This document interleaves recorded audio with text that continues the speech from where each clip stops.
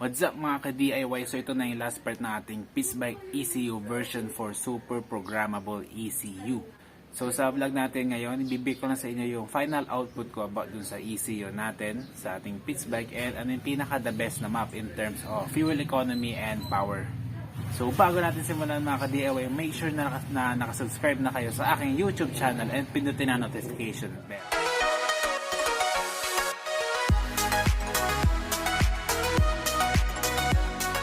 Doon sa ating part 1 and part 2 ng ating Pitsbike ECU version 4, no? Yung link nilagay ko sa description, so click nyo na lang yun kung gusto nyo panoorin. Okay, so may mga ilan akong footage dito mga ka-DIY, so ipapakita ko sa inyo yon, yung acceleration natin from map 1 to 4, top speed pag naka center stand, and yung top speed sa kalsada. So yun yung problema ko mga ka-DIY.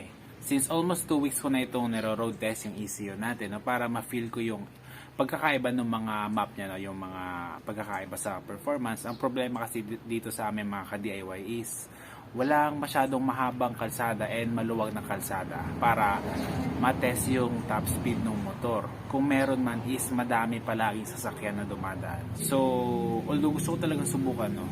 Kaso safety first muna tayo, no? Kasi baka madisgrasya tayo para lang masabi sa iba, yung motor ko maabot ng ganito kabilis, ng ganyan kabilis, no? Kasi hindi worth it yun. Although natry ko itong umabot ng 145 kph, no? Kaso matagal niya ko yung 145 kph. So ang problema ko dun is hindi ko siya nakuha sa camera kasi hindi nakatutok yung action cam ko dun sa speedometer, sa kalsada nakatutok. So ang nahagip na lang dun sa camera is 138 kph. So papakita ko sa inyo yun. Grabe ang hangin, ang lakas.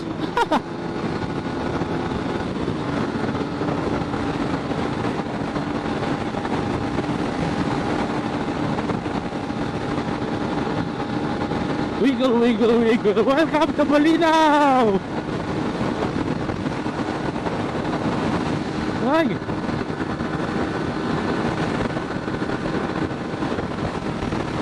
Gag. Ano, 138. So ilang beses ko din sinubukan, no, para makuha ulit, no, ma-video natin ng mas maayos yung top speed niya. Kaso hindi ko na nagawa ulit kasi kada susubukan ko madami naman na palaging sasakyan akong kasabay, no. Kaya yun, hinayaan ko na lang, no. Baka para hindi talaga para sa atin yun.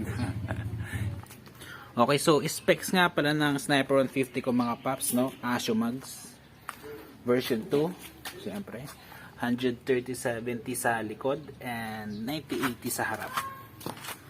Okay. Then nakaano tayo? Naka-ano tawag diyan? Hindi yata kita. Naka-UMA ignition coil and UMA spark plug. Then sprocket set natin is 1445. Okay, so everything else is stock na 'yon, no. Okay, so ito lang lilinawin ko sa inyo mga paps, no. Hindi porket nag-ECU tayo palitan ng ECU is malaki na yung madadagdag na top speed, no. Dapat i-consider din natin yung setup ng ating motor. Kung mabigat ang setup natin, syempre hindi ganun kalaki yung madadagdag sa taas. Pero kung magaan, kung naka Malaysian look kayo, slim mags, okay, mas mataas yun compared pag nakagantong setup kayo sa akin na big tires, Asho mags, bigat. No. Okay. And syempre, consider nyo din yung bigat nyo mga paps. Ako, 70 kilos. No.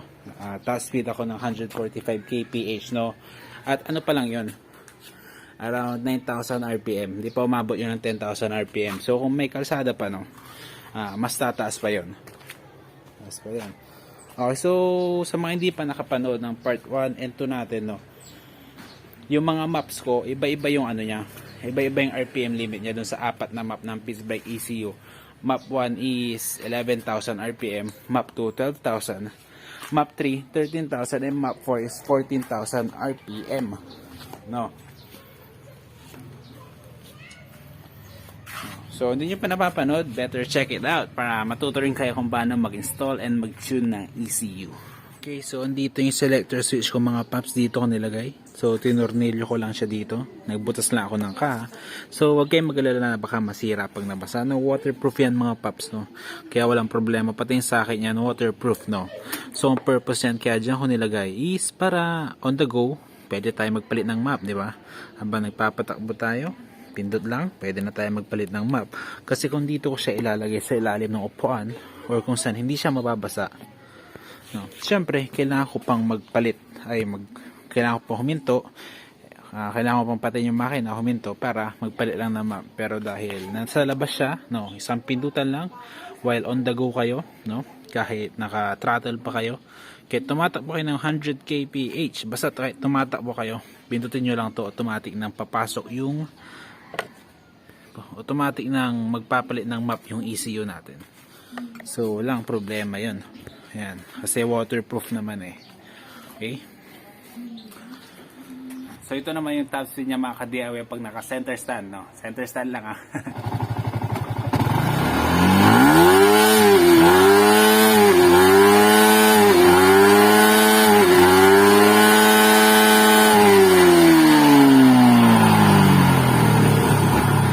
yun, so di ba? Taas ng top speed niya 190 plus. And yun, pero syempre naka center stand yun, walang load, kaya mataas talaga ang top speed. So ito naman yung acceleration ng motor ko dun sa 4 na map. So ito lang masasabi ko sa inyo, mas lumakas yung acceleration niya. So maiksi lang itong daan dito sa amin, no? Around 600 meters lang, kaya hindi ko talaga siya may sagad.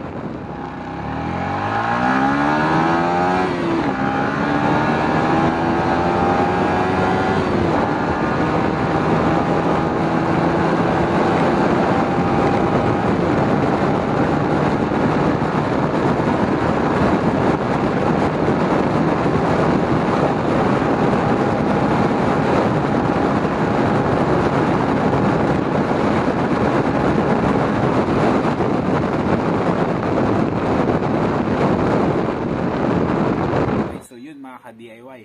Punta naman tayo dun sa 4 niyang map, no? So sa map 1 natin, 11,000 RPM.